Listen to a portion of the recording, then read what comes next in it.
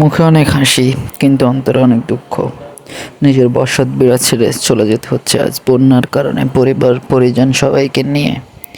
এই বন্যা আসলে মানুষকে অনেক কিছু শেখায়, অনেক কিছু শিখতে দেয়। আপনারা যারা বন্যার কবলে আগেও পড়েছেন হয়তো জানেন। আমার জন্ম 1998, তখন একটা বন্যা হয়েছিল যেটা আমার মনে নেই। 2004 সালে আরেকটি বন্যাও দেখেছি, কিন্তু সেটাও অতটা সারভাইভ করতে হয় নাই। বর্তমানে বন্যা 2024 সালে যেটা হচ্ছে সেটা আসলে আমার মতো অনেকে অনেক বেশি সারভাইভ করতেছে। এই বন্যায় আসলে আমার ঘর বাড়িতে পানি উঠে গেছে, আগের ভিডিওতে আপনাদেরকে বলেছি। যার কারণে আসলে পরিবার পরিজন নিয়ে থাকা আসলে অনিশ্চিত হয়ে পড়েছে।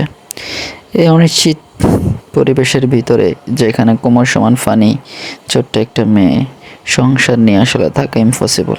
কারণ মেয়েটা বারবার পানিতে নেমে যেতে চাচ্ছে। মেয়েটার শরীরে আসলে স্কিনের অনেক রোগ দেখা দিচ্ছে, তাই ওকে নিয়ে ডক্টরের কাছে যাচ্ছি। আর সেই সাথে আমার নানুর বাড়িতে যাচ্ছি। আমার নানুর বাড়িতে এখনও আসলে পানি ওঠে নাই, এবং আমার বড় মামার আসলে দোতলা বিল্ডিং, পানি উঠলো ওইখানে থাকা আসলে সম্ভব। যার কারণে আজ নিজ এলাকা থেকে চলে যেতে হচ্ছে। মুখে অনেকটা হাসি, কারণ নিজে যদি ভেঙে পড়ি, কারণ সংসারের অন্য সদস্যরা আরও অনেক বেশি হতাশায় পড়ে যাবে। পুরুষরা আসলে কখনোই হাসি মুখ আড়াল করতে চায় না। খুশি মুখে সবাইকে দেখাতে চায় যে সে আসলে অনেকটা সুখে আছে। কিন্তু বর্তমান পরিস্থিতি আসলে সুখে থাকলেও অন্তরের দুঃখটা অনেকই বুঝে। নিজের ঘর বাড়ি বসত ভিটা ছেড়ে চলে যাওয়া, অন্যত্র থাকা আসলে কতটা কষ্টের। যারা হয়তো ইতিমধ্যে নিজের বাড়ি ঘর ছেড়ে আশ্রয় কেন্দ্র বা অন্যান্য কেন্দ্রে বা অন্যান্য জায়গায় বসবাস করতেছেন বা আপাতত থাকতেছেন, তারা হয়তো বুঝতেছেন জিনিসটা কতটা নির্মম। কিন্তু এই নির্মম পরিস্থিতি, পরিবেশ, সব কিছুর ঊর্ধ্বে হচ্ছে বাস্তবতা, জীবন জীবিকা। যেখানে বেঁচে থাকাটা অনিশ্চিত, সেখানে নিজের বসত ভিটা আর অন্যান্য বসত ভিটা তুলনা করা বিলাসিতা মাত্র। এই বিলাসিতা আসলে কোনো অংশে আমার কাম্য নয়, কারণ আমি কখনোই বিলাসিতা পছন্দ করি না। যেখানে যেটা প্রয়োজন, যেখানে যেটা করতে হবে সেটাই করতে হবে। এখানে সবার ঊর্ধ্বে আমার পরিবার। পরিবারের ঊর্ধ্বে তো আর কিছুই না। এই পরিবারের ঊর্ধ্বে যাওয়ার আসলে ক্ষমতা আমারও নেই। আমাদের বাড়িটা আসলে নোয়াখালী জেলার ব্যায়ামগঞ্জ উপজেলার 4 নং আলাইপুর ইউনিয়ন 3 নং ওয়ার্ড। বাড়ির নাম হচ্ছে সোহেল বাড়ি। ওই বাড়িতে আসলে আমাদের ঘরেই একমাত্র এখন পানি উঠেছে, কারণ আমাদের ঘরটা সবার চাইতে একটু নিচু। বাড়িতে সবচেয়ে নিচু ঘর আমাদেরই। পানি ওঠার কারণে আমার ওয়াইফ আমার মেয়েকে নিয়ে নানুর বাসা যাচ্ছি। ফ্যামিলিতে আরও 3জন সদস্য আপাতত ঘরেই আছে, আব্বু, আম্মু, ছোট ভাই। ওদেরকে আসলে আসার জন্য অনেক জোর করেছি, কিন্তু আম্মু বলতেছে আরও কিছুদিন দেখি। কারণ আমাদের বাড়িটা যেহেতু পাকা ঘর, ওখানে কাদা হয় না পানি উঠলো। কিন্তু আমার মেয়েটা খাটের নিচে পানি থাকার কারণে বারবার নেমে যায়, অসুস্থ হয়ে পড়ে। যার কারণে আমার মেয়ের থাকা ইম্পসিবল। তবু আমার ওয়াইফকে অনেক জোরাজুরি করে আনতে হয়েছে, কারণ সে আমার মা বাবাকে একা রেখে আসবে না। কিন্তু পরিস্থিতি যেখানে মেয়ের জীবন মরণ বা রোগ ব্যাধির বিষয়, সেখানে তো পরিস্থিতি সবার ঊর্ধ্বে। আমার আব্বু আসলে আমার মেয়েকে অনেক পছন্দ করে, ভালোবাসে।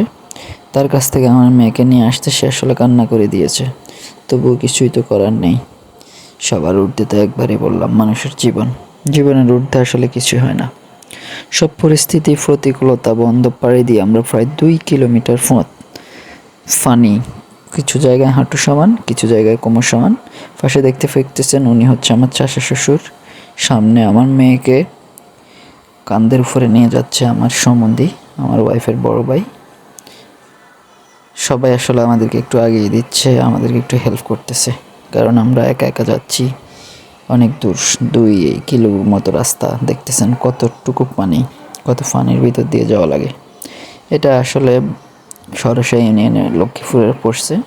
এই জায়গাটার নাম হচ্ছে বড়বাড়ির ফল। সব কিছু আসলে আমাদের থেকে একটু দূরে, কারণ আমাদের গ্রামটা বাজার থেকে প্রায় 4 কিলোমিটার ভিতরে হওয়ার কারণে যোগাযোগ ব্যবস্থা খুবই বাজে। এই যে আমাদের ঘর আগেও একবার দেখাইছি, এখন আপনারা একটু দেখতে পারতেছেন আমাদের ঘরের ভিতরে আসলে অনেক পানি। এই পানির কারণে আসলে ঘরে আর থাকা সম্ভব হয়নি। তো আমার সম্বন্ধে আসলে আমাদেরকে অনেক হেল্প করেছে, দেখতেছেন উনি অনেক লম্বা মানুষ, ওনার কোমর সমান পানি, তাও উনি আসলে আমাদেরকে হেল্প করার জন্য নিয়ে যাচ্ছে।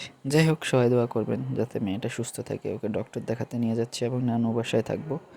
যাচ্ছি আমরা লক্ষ্মীপুর জেলার হাজিরপাড়া ইউনিয়নের 4 নং ওয়ার্ড চরসামিতা গ্রামে যাচ্ছি আমরা।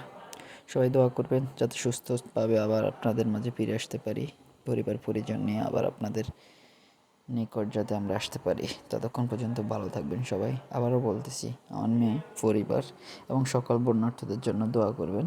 আসলে দোয়ার উঠতে এখন আর কিছুই নেই, শুধু দোয়াই চাইতে পারি। আল্লাহ হাফেজ।